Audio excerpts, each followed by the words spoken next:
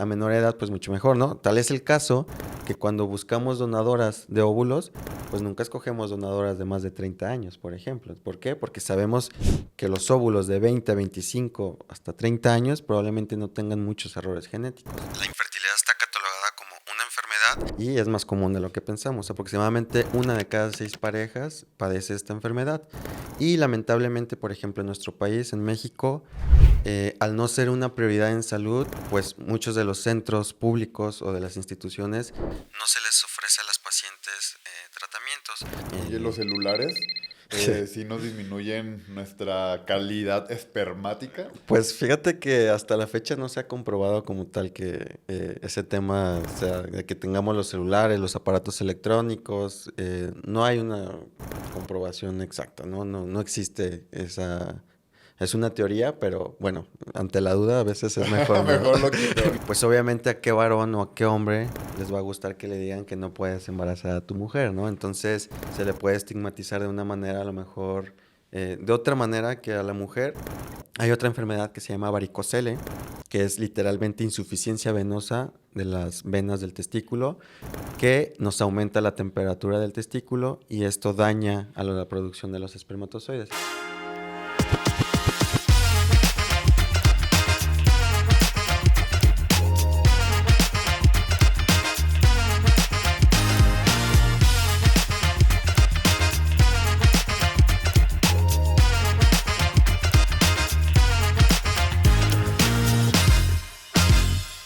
Hola a todos, bienvenidos a su podcast Sin Letra de Doctor en el especial del Día de las Madres. Me encanta este episodio y antes de iniciar quiero que le den like, compartan este episodio, suscríbanse por favor, dejen en los comentarios las dudas que les vayan surgiendo y pues bienvenida Verito, guapísima. Bienvenido, amigo, verde ¿cómo de la estás? vida como el episodio. Porque vamos a tener temas muy buenos. Y sobre todo, este episodio es un regalo para todas es una consulta gratuita para mí y para todas las que han preguntado sobre qué hago. O sea, ya estoy en edad de... Y también a los que quieren ser padres homoparentales, eso sí, también. Esa es una pista de lo que les tenemos, pero sobre todo porque quiero recalcar mi edad. A las que tenemos 25 años, que ya queremos ser... 25 años queriendo ser mamá. Algo así. Les voy a presentar al invitado de hoy y es el doctor Carlos Alejandro Parra Vargas. Él estudió toda su carrera de medicina en la Universidad de Guadalajara. Luego hizo su especialidad médica en ginecología en el IMSS, en el Hospital Centro Médico Nacional de Occidente. Muy picudo. Y ahí mismo se especializó como biólogo de la reproducción humana. Entonces, les presento a nuestra invitadazo de hoy, el doctor... Muchas gracias, estoy muy feliz de que me hayan invitado aquí, estoy contento, vengo con toda la disposición de contestar sus preguntas, de ayudar a aquellas mujeres que necesitan saber un poco más de información, porque al final este tema es un poco de tabú. Entonces sí, creo que es importante y bueno que se abran estos espacios justamente para compartir esta información. Y ahorita, sobre todo, el doctor Carlos es staff de una de las clínicas también, porque nosotros les traemos puros invitados. De Luxemburgo. Top, exacto. Es staff de una de las clínicas más top de fertilidad y están ubicados en Guadalajara, en Ciudad de México y el Metepec. Entonces, si ya tienen alguna dudita, este es el momento para responderlo y también dentro de la consulta médica. Entonces, amigo, por favor, inicia con este tema. Pues ahora sí que vamos a iniciar por el comienzo, como dicen. ¿Qué es la fertilidad, Doc? Cuéntanos, platícanos. Bueno, la fertilidad es la capacidad que tiene la mujer y el varón para concebir, para lograr... al final lo que queremos, el objetivo final es tener un recién nacido vivo en casa. No solamente es el hecho de tener una prueba de embarazo positiva o lograr un embarazo y que termine con una pérdida, sino nuestro objetivo es justamente tener un recién nacido vivo que esté sano y que esté en casa. Esa es como la fertilidad en general. ¿Cómo se puede diagnosticar a un paciente, saber si es fértil o si es el tema que vamos a hablar justo en este episodio y que es de lo que se centra, que es la médula de este episodio? ¿Cómo saber si soy fértil o...? Ok, justamente para diagnosticar infertilidad como tal, El ser humano es una especie que frecuentemente o se piensa que somos muy fértiles, sin embargo es todo lo contrario. Aproximadamente en un ciclo, bueno, un ciclo menstrual, en tus días más fértiles, con la mejor calidad del esperma, solo hay una tasa del 25% de lograr este embarazo. ¿Qué significa esto? Que es más probable que no logres el embarazo a que lo logres. Entonces, es por eso que la OMS da como diagnóstico de infertilidad, un año entero de tener relaciones sexuales en tus días más fértiles, con la mejor calidad de esperma. Y si después de este año, que se supone que el 95% de las pacientes logran el embarazo, no lo logras, es ahí cuando empezamos a buscar o abordar a esta paciente como infertilidad. Aquí es importante mencionar que esto es en mujeres de menos de 35 años, porque cuando son más de 35 años, la misma OMS te dice que recortes ese tiempo a 6 meses de espera, porque si no, después la calidad de los óvulos se va perdiendo conforme pasa la edad y es más difícil lograr el embarazo. Que esto sería básicamente el tiempo que mencionó antes, el ideal para decir lo intenté de manera natural, porque son algunas de las preguntitas que nos llegaron. Entonces, 6 meses para una paciente que pasa de 35 años de manera natural, en su ciclo, usando como ciclo, en su ciclo menstrual más fértil, y 1 año para una paciente chavita como yo, que ya intentó embarazarse y que durante ese tiempo no puede, entonces ya realmente ya ahí es un diagnóstico de buscar ayuda, ¿no? Exactamente. Ok, porque todavía no sabemos realmente si hay infertilidad. ¿Por qué somos una especie que no somos tan fértil? Si los gatos tienen así...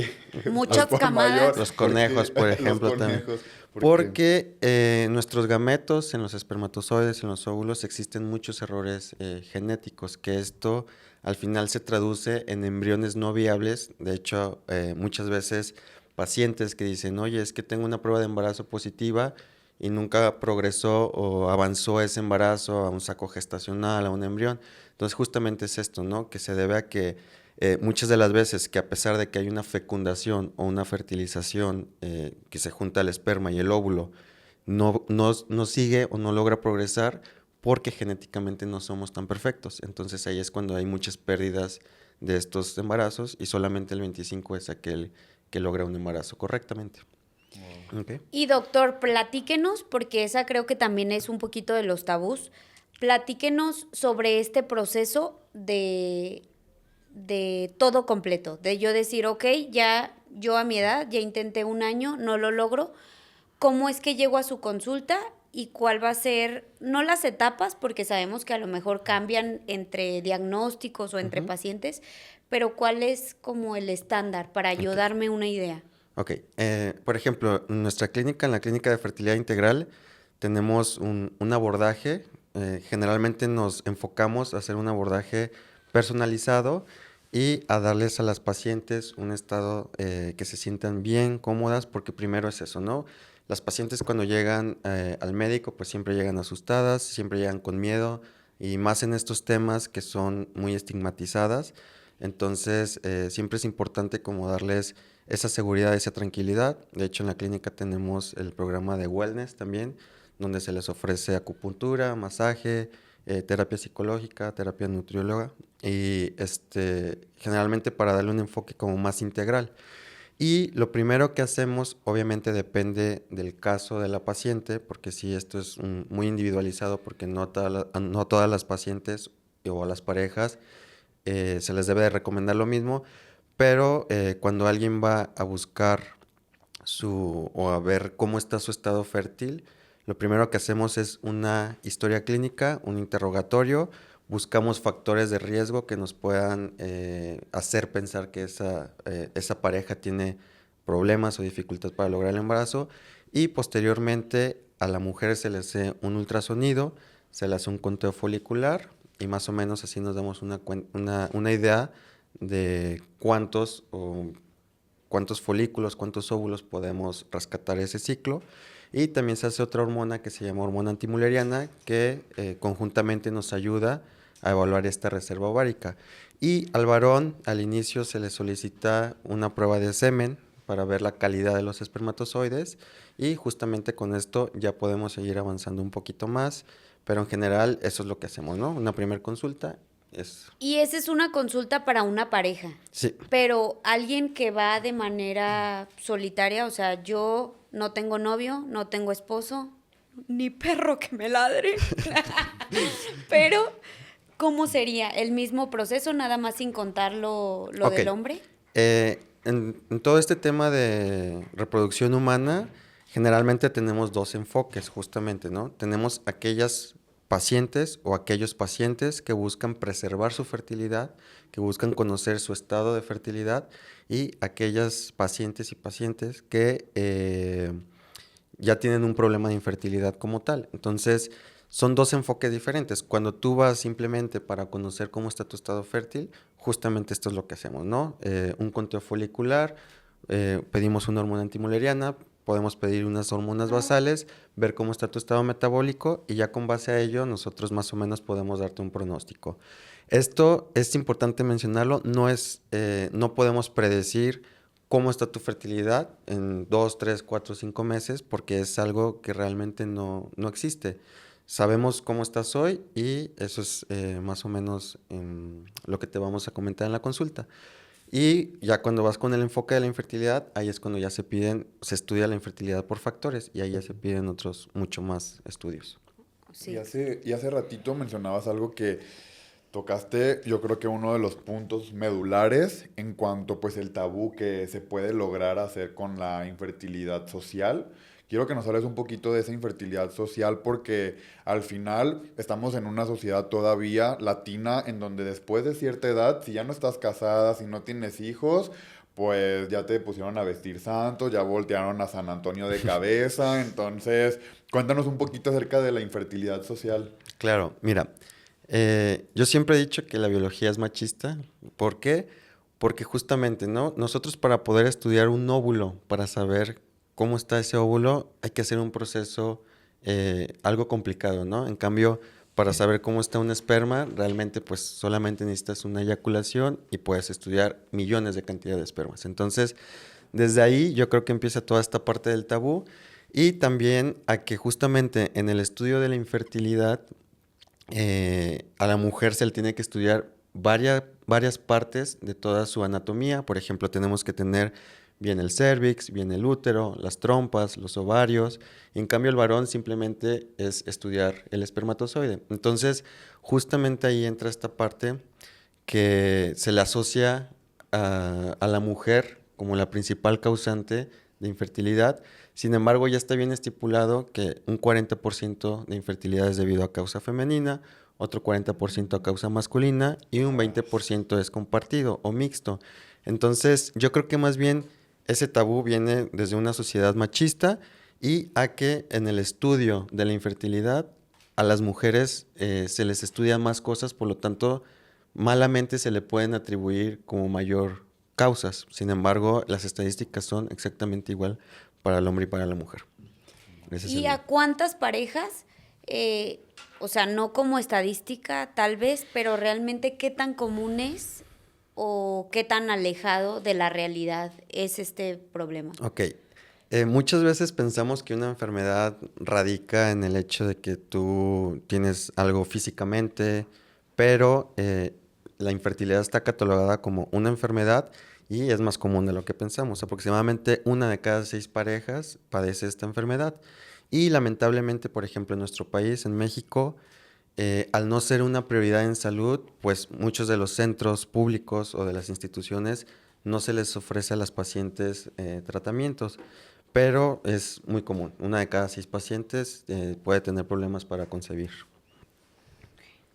¿Y hay algo que cambie en lo que haga para realmente ser fértil o eso claro que no, es totalmente genético?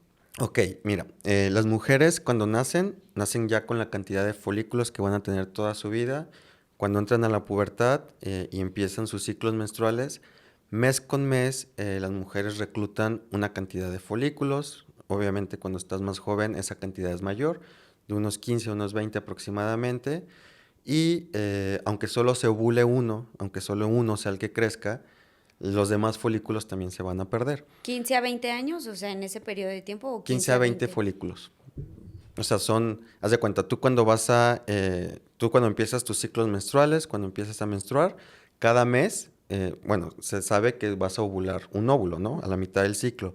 Pero no solamente uno es el que entra en esa competencia para ser el que ovule. Entran 15 a 20 folículos. O sea, 15 van a empezar a crecer y al final no van a lograr el crecimiento o esa maduración y se van a perder también. Entonces, así es como la mujer va a ir perdiendo reserva folicular. ¿Y qué pueden hacer? Pues llevar una calidad de vida bien, un estilo de vida sano, alimentación, ejercicio, suplementación. Muchas veces las pacientes tienen a veces falta de, por ejemplo, vitamina D. No sé, hay varias circunstancias que te pueden orillar. Por ejemplo, el tabaquismo también afecta mucho la reserva ovárica.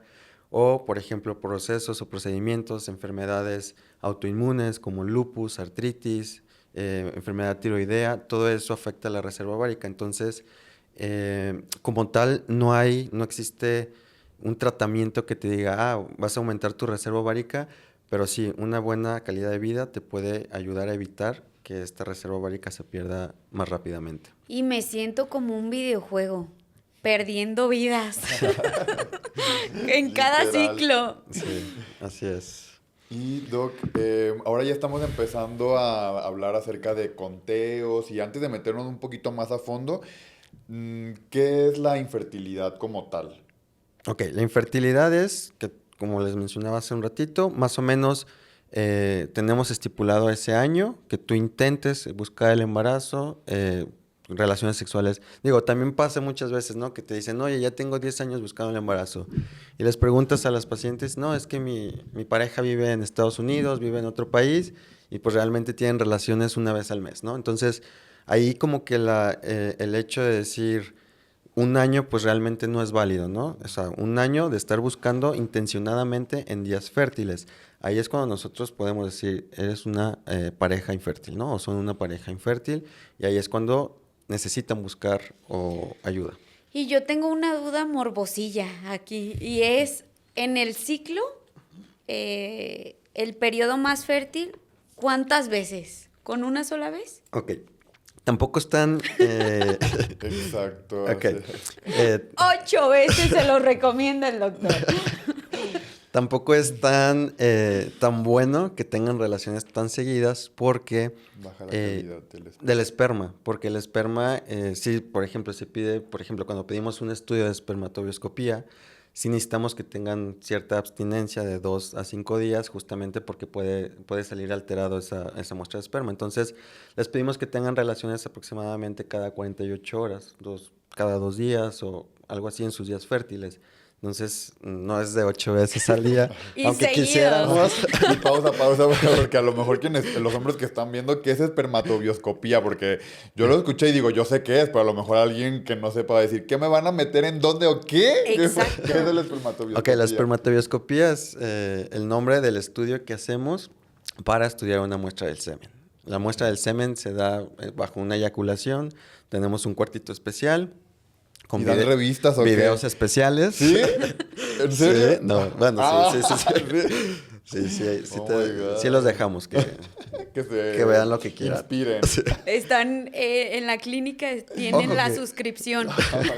De hecho, tenemos un código QR y ahí escogen ellos. Pero no, de hecho sí es muy importante justamente que tengan estimulación, porque varias de las muestras que salen alteradas es por falta de estimulación. Ahora imagínate, tú estás en un centro público, en un baño que tiene rayadas las paredes y eso, pues obviamente ni siquiera estás estimulado ni nada, ¿no? Entonces, ¿Quién sabe? Hay de todo en esta vida, en este camino. Pero viendo Te Amo, Juan, no va a ser lo Sí, mismo ¿no? que con una buena suscripción. exacto. Entonces, sí, a veces esas muestras salen bajas en volúmenes o se desparraman o no funcionan. Muy bien. ¿Y cuál es el mejor momento para embarazarme? Esa es una de las preguntas. Ok. Primero, hay que ver que tú estés ovulando. Eso es lo primero, ¿no? Porque si tú reglas cada 3 meses y tienes tus ciclos menstruales muy irregulares, probablemente no estés ovulando. Entonces, el mejor momento nunca va a existir, a pesar de que hayas pasado un mes completo, ¿no? Entonces, una vez que nosotros nos cercioramos de que estás ovulando, es difícil que una mujer sepa que está ovulando o no. Hay síntomas que te pueden hacer saber. Sin embargo, con que tú tengas tus ciclos menstruales regulares, que no es una regla de que estés ovulando, pero nos orienta a que sí estás ovulando. Si tú reglas mes con mes, probablemente estés ovulando. Y también es importante conocer eh, qué tan largo es tu ciclo menstrual. Lo más común es que sean mujeres, por ejemplo, de 28 días que dure su ciclo menstrual. Y con lo que sí estamos seguros es que la segunda fase del ciclo menstrual dura 14 días. Entonces, sabemos que a la mitad del ciclo, en un ciclo de 28 días, por ejemplo, en tu día 14, va a ser en tus días más fértiles. Es por eso que a veces se recomienda estas aplicaciones que hay para llevar el conteo que te dicen de tal día a tal día es tus días fértiles, aproximadamente más o menos 2 días de aquel día que vas a hacer tu ovulación. Y también existen pruebas para saber si estás ovulando, que son unas tiritas que se hacen en orina y que miden una hormona y con esa saben si estás ovulando. Entonces, muchas veces es una ayuda para ustedes, se la toman, estás ovulando y en ese momento pueden tener relaciones sexuales. ¿Y para el hombre o el hombre siempre? El hombre siempre, el hombre no tenemos una variación como tal del ciclo masculino. Las mujeres sí, conforme pasa todo el mes, pues hay picos, bajadas, subidas de este flujo de hormonas. Los hombres generalmente estamos en un estado basal. Entonces, Y yo como hombre puedo ir perdiendo conforme van pasando los años, hasta qué edad ya dices disminuye cañón o hasta que nos morimos podemos Embarazar. fecundar, embarazar. bueno, esa es una pregunta muy interesante porque, Me parece injusto lo que van a decir a continuación. como les comentaba, los hombres, digo, la biología es un poco machista porque también hasta para eso, ¿saben? Entonces, los hombres, a diferencia de lo que se puede creer de que podemos embarazar durante toda la vida porque tenemos espermatozoides, normalmente los espermatozoides se producen cada 72 días. Entonces, nosotros pues no nacemos con los espermatozoides que vamos a tener toda la vida, nacemos ¿Cada 72 días o Ajá. cada 72 horas? 72 días. Ok. Cada 72 días hay una nueva producción de espermatozoides que están madurando. Todo este proceso tarda casi 3 meses. Es por eso que, por ejemplo, cuando damos tratamientos para mejorar la calidad espermática, tomamos otro estudio de semen hasta de 3 meses después. Te digo, nosotros no nacemos con la cantidad predeterminada de espermatozoides que vamos a tener toda la vida, solamente nacemos con la fábrica que va a producir, que son los testículos, y lo que podemos o lo que puede pasar es que obviamente no es lo mismo producir espermatozoides nuevos a los 20, a los 25 años, que van a salir de muy buena calidad, a los 60 o los 70, porque esos espermatozoides, a pesar de que se producen en ese momento, no tienen la mejor, la materia prima, ¿no? O no tienen la mejor calidad. Entonces, ya también vienen errores genéticos, viene más fragmentación, como más rupturas en ese ADN. Y al final, pues, a lo mejor ese esperma, a pesar de que sea nuevo, no logra tampoco el embarazo. No hay una edad exacta de decirte, importa mucho el estilo de vida que lleve el varón también. Oye, los celulares sí nos disminuyen nuestra calidad espermática. Pues fíjate que hasta la fecha no se ha comprobado como tal que ese tema, o sea, de que tengamos los celulares, los aparatos electrónicos, no hay una comprobación exacta, ¿no? No existe esa. Es una teoría, pero bueno, ante la duda a veces es mejor, ¿no? Mejor lo quito. Yo también, yo desde que vi ese reel de que medían las radiaciones de los celulares y de los AirPods y la relación que hay también, dije, no, ya Mejor. trato, ajá, en la mano, mejor. En, Sí, en una bolsita, por si acaso. Y hablando de la infertilidad masculina, porque también es un tabú y sobre todo como sociedad, creo que la palabra es un poco fuerte, pero realmente cuando se sabe que el hombre es el que es o tiene la infertilidad, la sociedad los castra. Quiero hablar un poquito de ese tema y ¿Cómo pasa? Porque me ha tocado simplemente con amigas que mejor silencian el tema. O sea, básicamente cuando la culpa es, no la culpa porque no quiero ahondar en temas, sino que la mayor responsabilidad puede ser del varón. hombre. Hay esta parte como de mejor nos quedamos callados y ya no se habla del tema. Es que todo esto viene desde la concepción social, ¿sabes? De la infertilidad, porque como tú dices, aquí no se busca el culpable, simplemente se busca la causa de la infertilidad. Y sí, lamentablemente, cuando la causa es al varón, pues no está tan normalizada por el tipo de sociedad en el que tenemos, por esta infertilidad social a la que estamos día con día. Entonces, pues obviamente a qué varón o a qué hombre les va a gustar que le digan que no puedes embarazar a tu mujer, ¿no? Entonces, sí hay un poquito más como de tabú en ese sentido, a que al hombre se le puede, cuando es el que no puede embarazar, se le puede estigmatizar de una manera, a lo mejor, de otra manera que a la mujer, pero puede afectar en ese sentido, ¿no? Como En la clínica con ustedes manejan este tipo también, abordan estos temas, o sea, es 360 grados. Sí, en la clínica tenemos como este enfoque integral que vemos desde la parte psicológica, social, tratamos de ayudarlos, orientarlos y pues hacerles ver que realmente esto no es como lo pinta la sociedad, no es que tú como hombre no sirvas porque no puedes embarazar a la mujer, ¿no? Simplemente pues tienes algún problema, alguna enfermedad que te está impidiendo esto y pues se tratan de buscar soluciones. Pero sí, a los hombres se les puede tachar como de impotentes o de que no es hombre porque no logra embarazar a su mujer. Sí, está cañón. Y digo, también alguna de las tres razones, aparte de del recuento espermático, que nos puedas platicar de por qué un hombre no pudiera ser fértil. Ok. En el estudio que hacemos, que se llama espermatobioscopía, que es el estudio del semen, nosotros vemos a los espermatozoides. Bueno, el embriólogo o el andrólogo, en su caso, hace el estudio y es el que ve, nos fijamos en la concentración, cuántos espermatozoides hay, nos fijamos en que se muevan bien y en que morfológicamente que estén normales, ¿no? ¿Por qué? Porque estas tres características físicas del esperma son vital para lograr el embarazo. Entonces, ya hay puntos de corte que nos definen qué hacer si alguna de estas salen alteradas, ¿no? Si sale baja la cantidad, si no se mueven bien o si de plano la morfología tienen dos cabezas, dos colas, media cola O si no hay o si no hay espermatozoides. espermatozoide. Porque Claro, ese es el peor de los casos, ¿sabes? Porque ahí sí hay que abordar desde otro punto de vista, hasta llegamos a hacer biopsias testiculares para recuperar espermatozoides en los testículos, ¿no? Y si hay testículos también, Y sí porque hay, claro. llegué a ver algún caso en el internado de un paciente que pues al momento de querer hacer esa parte de pues de la búsqueda de traer un ser vivo a casa, pues no tenía testículos. Sí, hay O enfermedades sea, genéticas los que tenía en el arriba, abdomen. ajá. Ujú.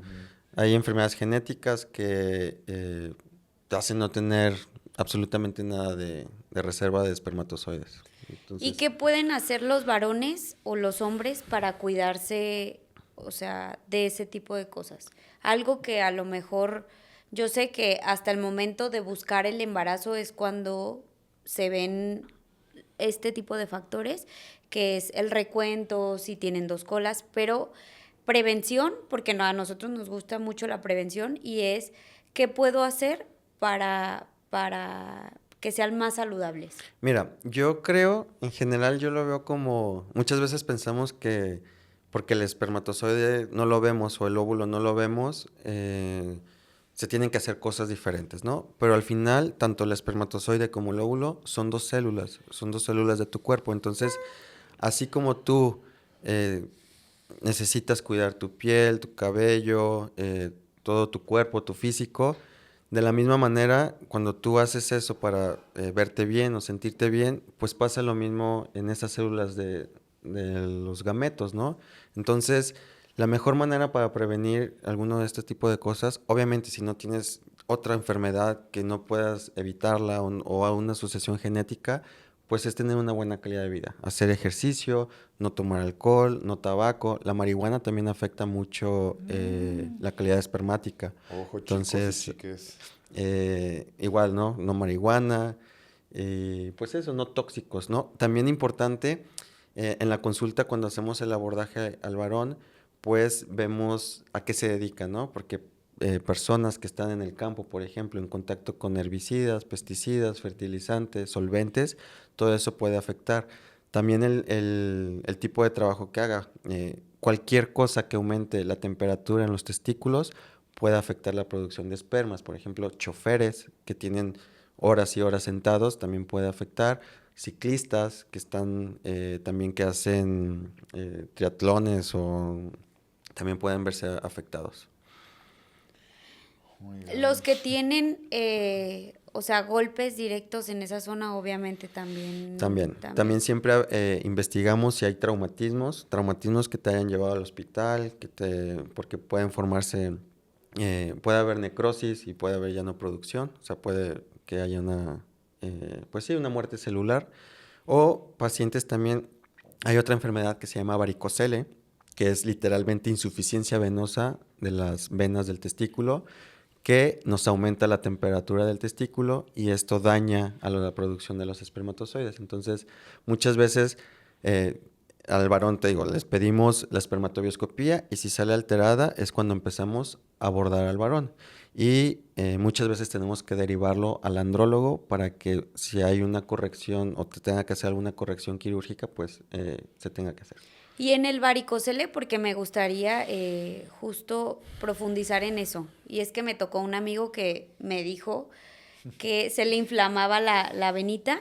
Entonces ahí, entre más pronto lo traten, mejor es el pronóstico o pueden durar sin tratarlo y nada más al momento de querer embarazarse, se trata y listo. Ok, hay que ver qué grado de varicocele es, porque si se divide en grados y dependiendo del grado, si se trata quirúrgicamente o no. Si ya estás teniendo un problema de infertilidad y tienes un varicocele y es quirúrgico, se tiene que quitar. Pero obviamente el varicocele no solo afecta o no solo se estudia o no solo se trata por temas de infertilidad. Si tu amigo no estaba buscando embarazo ni nada, pero puede ocasionar dolor. Entonces ahí es cuando tienes que acudir a un urólogo o un andrólogo y él te dirá si es recomendable quitarlo o no. Pero en temas de infertilidad, generalmente si la calidad espermática está muy afectada, sí se tiene que corregir. Ok. Y hablemos ahora sí de temas, de palabras que a lo mejor nos tendrías que explicar. ¿Qué es el coito programado? Ok. En los tratamientos que tenemos para la infertilidad, dividimos en dos grandes grupos estos tratamientos, los de baja complejidad y los de alta complejidad. Los de baja complejidad son aquellos tratamientos que hacemos para una infertilidad leve y deben de cumplir dos requisitos, que las trompas estén permeables y que la calidad del semen sea de buena a regular. Entonces, ¿por qué? Porque la fecundación se va a dar por el espermatozoide y por el óvulo. Entonces, dentro de estos tratamientos de baja complejidad tenemos el coito programado y la inseminación intrauterina. El coito programado literalmente es buscar el embarazo de manera natural, pero con un empujoncito que nosotros damos. ¿Qué hacemos? Podemos estimular a la mujer con medicamentos, hacemos crecer un óvulo o dos óvulos cuando mucho y una vez que ya están de un tamaño idóneo, damos otra inyección para hacer que ovule y les decimos qué días tengan relaciones sexuales. Son estas plumitas que de repente vemos en videos que... Hay plumitas, hay medicamentos tomados. Cuando usamos baja complejidad tenemos la posibilidad de usar medicamentos tomados. Ah, perfecto. Entonces, Sí, porque de repente es así como el miedo. Yo sé que a lo mejor la plumita no duele, es muy chiquita, pero... Sí, pero sí podemos dar medicamentos. Simplemente vigilamos que sí haya un folículo creciendo y hacemos que ovulen, nos aseguramos de que ovulen y es ahí cuando nosotros programamos el coito. Esa es parte de... Y pasando a la infertilidad en cuanto a la mujer, también va a hablar un poquito de las 3 causas o 4 causas más comunes de de infertilidad en la mujer. Ujú. ¿Cuáles serían? Ok, la primera y la que más nos afecta a la sociedad es el síndrome de ovario poliquístico. ¿Por qué? Porque en estadísticas tenemos mucha población de mujeres con este trastorno de síndrome de ovario poliquístico. ¿Qué pasa con el síndrome de ovario poliquístico? Es una enfermedad endocrino-metabólica donde se ve afectado todo el eje hormonal, desde la cabeza hasta los ovarios, y la consecuencia es que las mujeres dejan de ovular. ¿Por qué? Porque tienen un frenado en su ovario, se frena el ovario completamente, acumulan muchos folículos, por eso se llama poliquístico, y tienen periodos de no reglar hasta 3, 6, 9 meses, ¿no? Entonces, esas pacientes no reglan y esa es la principal causa en general de infertilidad. Existen otras, como la endometriosis, que también gran porcentaje de la población de las mujeres puede tener este padecimiento. Está infradiagnosticada. ¿Por qué? Porque se normaliza que las pacientes tengan dolor en sus ciclos menstruales, pero la endometriosis también afecta muchísimo a la reserva ovárica y también causa estragos como tumores en ovario, adherencias que pueden dificultar la fertilidad. ¿La endometriosis es pedacitos del endometrio de la parte del útero, fuera del útero, o qué es la endometriosis? Sí, hay varias teorías, todavía no está bien, no se sabe bien a ciencia cierta qué es la endometriosis como tal, pero la teoría que más se aceptó por mucho tiempo es que había un flujo retrógrado, o sea que en lugar de que el sangrado se fuera hacia la vagina y se perdiera, se iba por las trompas y había una implantación de endometrio que debe estar dentro del útero, fuera del útero. Esa es como la teoría más básica para poder explicarla. Sin embargo, ahora se sabe que ya desde que somos embriones existe una migración anómala de estas células que van a estar en el endometrio y que se pueden implantar en otro lado, ya desde que nacemos con ello. Entonces, pero sí, a grandes rasgos, es un tejido que no debe de estar ahí, que nos causa dolor y que causa inflamación. Esa es la endometriosis. Y yo pensaría, porque hemos tenido aquí en el podcast una nutrióloga físico-culturista, que normalmente cuando están muy bajitas de peso, dejan de menstruar, bajas de peso o bajas de porcentaje de grasa, dejan de menstruar. Y esto tiene también relación con este ovario que se queda con muchos folículos. Realmente afecta, por ejemplo, las que tenemos el DIU, dejamos de menstruar algunos meses. ¿Cómo es ahí esta parte de fertilidad? Ok, 2 puntos aquí importantes. Uno es que cuando nosotros estudiamos a una mujer que no ovula, también entran todos los trastornos alimenticios, tanto bulimia como anorexia, y se abordan estos también porque todas estas, ni tener mucho índice de masa corporal, ni tener poco índice de masa corporal, es bueno para el cuerpo. Entonces, las pacientes que tienen trastornos alimenticios generalmente son pacientes que no ovulan. Al igual, pacientes que son atletas de alto rendimiento, tampoco generalmente ovulan. ¿Por qué? Porque hay un descontrol hormonal. Entonces, la consecuencia final es secretas cortisol, adrenalina, se cierra tu eje. Entonces, no hay ese crecimiento del folículo. Entonces son características de pacientes que no ovulan y consecuentemente tienen infertilidad. Y ojo, otra cosa, aunque tú no regles, aunque tú no tengas periodos menstruales, tu reserva folicular va a ir perdiéndose mes con mes. ¿Por qué? Porque estos folículos no son para toda la vida. Entonces tienen cierto tiempo de vida y si ya crecieron, si ya salieron, se van a perder. Aunque no llegue uno a ovular, se van a perder. Entonces, igual como cuando tú naces aproximadamente con 1,000,000. A los 14 años, 13 años que tienes la pubertad, ya tienes aproximadamente 400,000, 500,000. Entonces tú dices, oye, pero si no reglen todos esos años, ¿cómo es posible que haya perdido tantos? No, pues así es. Simplemente se van perdiendo esos folículos. Vamos perdiendo vidas. Sí, es parte de la En biología. este juego de la vida. Y pues hablando también ya un poquito de la infertilidad, ahora sí ya los tratamientos. Háblanos, que eres el experto en la fertilidad o inducir la fertilidad en la mujer o tratar y diagnosticar la infertilidad en hombres y mujeres.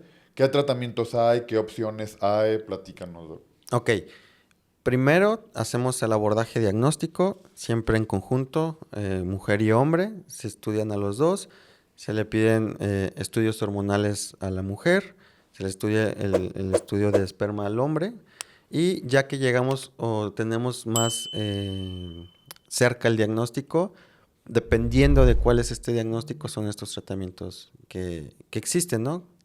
Existen estos que les comentaba de baja complejidad, que es el coito programado, la inseminación intrauterina, que son para pacientes con infertilidad leve, trompas permeables y que el esperma tenga buena calidad. Y existe el tratamiento para fertilización in vitro. Y antes, doctor, de Ajá. llegar a la fertilización in vitro, discúlpeme, la inseminación intrauterina, esa suena Interesante. interesante. Ahí el proceso, Ok, la inseminación intrauterina es igual, a las pacientes les damos un poquito de ayuda, un empujón para hacer crecer 1 o 2 folículos cuando mucho. Posteriormente las hacemos ovular y en lugar de que tengan un coito, nosotros preparamos esa muestra de esperma en el laboratorio, le mejoramos un poquito la calidad y posteriormente volvemos a introducirla adentro del útero, ya cuando sabemos que está ovulando. Después esperamos ya una prueba de embarazo, pero literalmente es un coito artificial, ¿no? ¿todo es por vía vaginal o hay que meternos con abdomen? No, todo es vía vaginal, todo se hace vía vaginal. Ujú. Y ahora la Ok. fertilización in vitro. Ahora, ya pasando a la fertilización in vitro, este es un proceso, es un poco complicado, es costoso, y es costoso porque es difícil mantener un laboratorio de in vitro, todos los medicamentos pues se importan, entonces sí es un proceso realmente... Que nosotros aquí, el doctor Julio me dice siempre, ¿costoso para quién? Claro. Porque Pues sí, claro, ¿eh? sí, costoso para quién, entonces vamos a dejarlo como al Al aire. aire. Ajá. Y A veces gastamos más en otras cosas. sí, exactamente, que no son para hacer vida, Así es. traer vida, traer a alguien a casa Justamente. y completar esta meta que a lo mejor estamos deseando mucho, porque Sí. hay situaciones en las que ese es nuestro motivo o nuestra meta, sobre todo en las parejas que ya tienen a lo mejor algunos años de casados, que es el siguiente paso y que realmente lo anhelan y lo desean.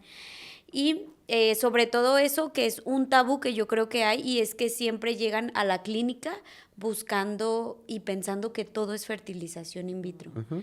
Entonces, cuando sí, ¿qué es lo que pasa? ¿Qué hacemos?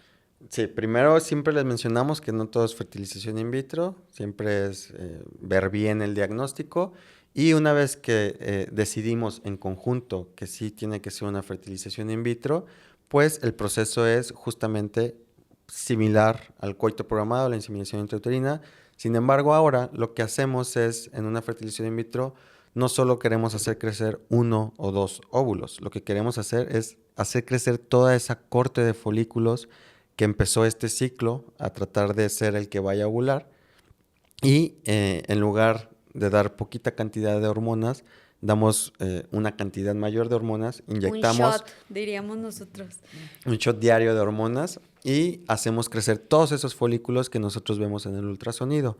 Una vez que ya hicimos crecer todos esos folículos, hacemos la captura o la punción ovárica en quirófano, se hace en quirófano, se hace bajo sedación.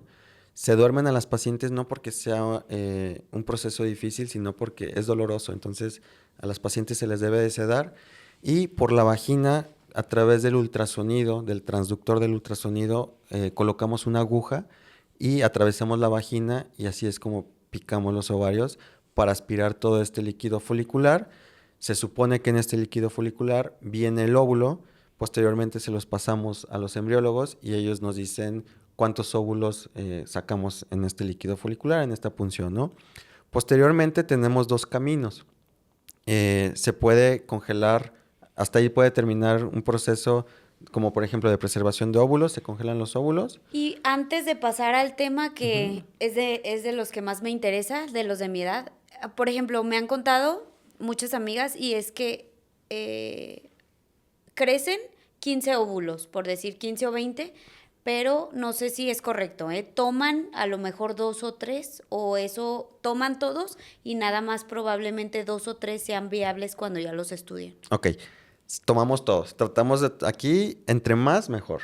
Entre más tengamos, todo es mejor. ¿Por qué? Porque al tener más balas, pues tenemos más posibilidad de pegarle al blanco, ¿no? Entonces, tratamos de hacer crecer todos los folículos que vemos.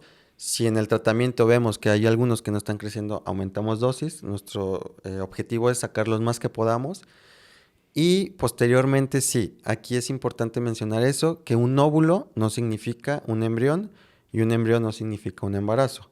¿Por qué? Porque esos óvulos no son genéticamente todos adecuados o no tienen todos una muy buena calidad. Entonces, cuando tú los fertilices con un esperma, probablemente no todos te lleguen a dar un embrión sano. Entonces, ahí esto de la fertilización in vitro es un embudo. ¿Por qué? Porque de 15 óvulos que sacaste, se supone que aproximadamente la mitad te van a dar un embrión. Y esos embriones no todos van a ser sanos genéticamente. Entonces, no todos los embriones van a ser posibles recién nacidos vivos sanos. Es por eso que se hace un embudo. Y sí, entonces tú pudiste haber sacado 15 y probablemente 7 o 8 sean los que se logren fertilizar. Ese es el punto. Entonces, ya una vez que tú extraes los óvulos, primero tienes que verificar que todos sean maduros, porque también pasa eso, ¿no? Que muchas veces no llegan a un estado de madurez y se quedan como vesículas germinales o como otro estado de madurez diferente al que necesitamos.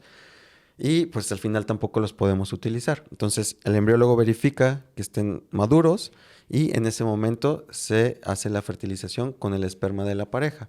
Todo esto se hace en laboratorio y ahí es cuando ya se empieza a crear el embrión. El embrión lo dejamos crecer 5 días y una vez que ya tiene 5 días, ahora sí podemos hacer diferentes cosas. Congelar el embrión para transferirlo en un ciclo posterior, sacarle una biopsia al embrión para ver que genéticamente esté bien y congelarlo, o transferirlo en ese mismo ciclo que estimulamos a la paciente, que se llama transferencia en fresco. Así es como es un tratamiento de fertilización in vitro. ¿Cuántos días después de, por ejemplo, si ya estoy buscando embarazarme, cuántos días después me hacen la transferencia? Cuando tú lo decidas. Ahora sí que esto depende mucho de la paciente. Congelas tus embriones, duran toda la vida congelados y tú dices, ya quiero que me lo transfieran. Pues en ese ciclo menstrual que tú lo decidas, hacemos la preparación del endometrio para transferirlo. Y otra duda, que esa es personal y aquí la tengo en el corazón, ¿cuándo es el momento ideal? ¿Cuándo llegue a los 30? ¿Cuándo es el momento ideal de congelar mis óvulos? Ok, el momento ideal no existe un momento ideal, simplemente siempre es mejor hacerlo a menor edad. Si tú me dices, oye, ¿cuándo los congelo? Hoy. Hoy siempre va a ser el mejor momento. ¿Por qué? Porque hoy tienen mejor calidad que mañana.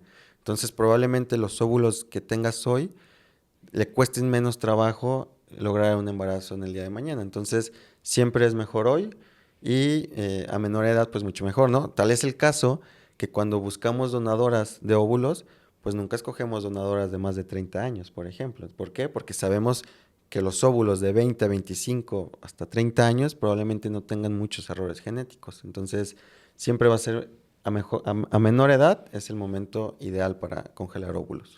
Oye, y hablando de que estabas como muy al pendiente de si son viables genéticamente, ¿podemos saber si van a salir con ojo de color y se puede modificar o no? Ok, ¿O no. eso es todavía ciencia ficción? Sí, ya estamos en una película de ciencia ficción. No, todavía lo único que podemos saber en la actualidad es el sexo cromosómico, si es XX o XY, y si el número de cromosomas es adecuado. Bueno, esa es una parte de la que podemos saber que se hace el estudio ya en un embrión formado, se le quitan un pedazo de células, una biopsia, se manda a analizar genéticamente.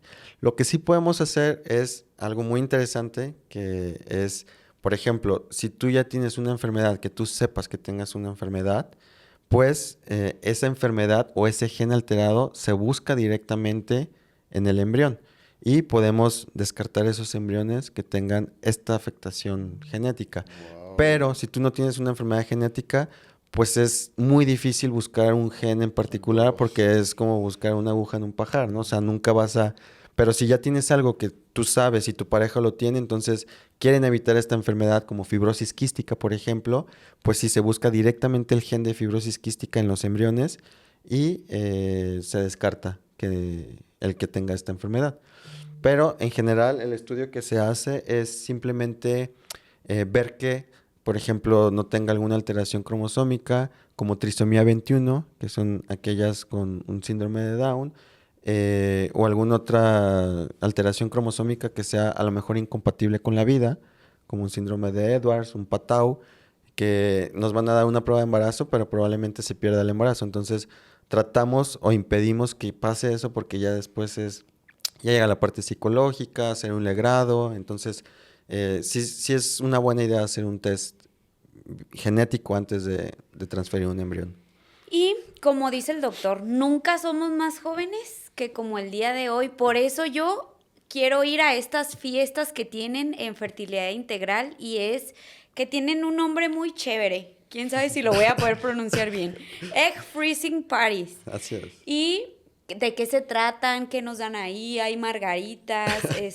¿Hay champán? ¿Qué hay ahí?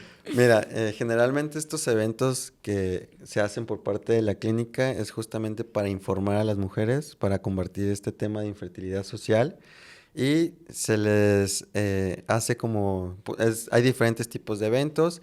Ayer hicimos justamente uno donde se hizo un sound healing, como un poco de meditación, de sentir su cuerpo, de conectarse con ellas mismos. Y posteriormente se les da una charla justamente acerca de todo esto de preservación de óvulos, de lo que es la infertilidad, de cómo hacemos el tratamiento y posteriormente se les da un descuento. Muy bien, pues yo quiero Pues, código de descuento, pero para mí personal, porque hace rato decía, ni novio, ni perro, ni nada, pero yo voy a congelar mis óvulos para que mi futuro marido se ponga ya pilas. Oigan, pues quedan un buen de dudas. Realmente súper contentos de tenerte en este especial del Día de la Madre. Seguro te vamos a volver a invitar, Doc. Muchas gracias. Estuvo muy, muy padre el episodio. Se quedan algunas dudas ahí pendientes. Las dudas que les hayan surgido, por favor, déjenlas en los comentarios. Y Doc, compártenos redes sociales tuyas de la clínica, donde te pueden contactar para que todos vayan y te sigan. Las redes sociales de la clínica es Clínica FI y nos pueden encontrar también en Google, en cualquier buscador, como Clínica Fertilidad Integral.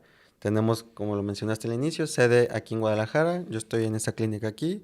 Hay sede en Ciudad de México y en Metepec. Entonces, donde sean que estén, pueden buscar atención. También tenemos citas online, virtuales, asesorías y pues lo que necesiten, ahí nos pueden encontrar. Muy bien, perfecto. Pues pueden hacer su cita para que les contesten todas sus dudas y las que no, también pónganlas aquí porque nosotros se las pasamos al doctor y que él las conteste directamente. Muchísimas gracias. Acuérdense suscribirse, comentarnos, compartir, porque estos temas, sobre todo los de las mamis, y que muchas ya tenemos esa necesidad de buscar qué vamos a hacer, si nos vamos a embarazar o vamos a congelar. Creo que es de lo más importante y sobre todo ir con información verídica de especialistas y no lo que vemos en redes sociales. Así que nos vemos hasta la próxima. Muchas Hasta luego. gracias. Feliz Día de las Chao. Madres. Bye bye.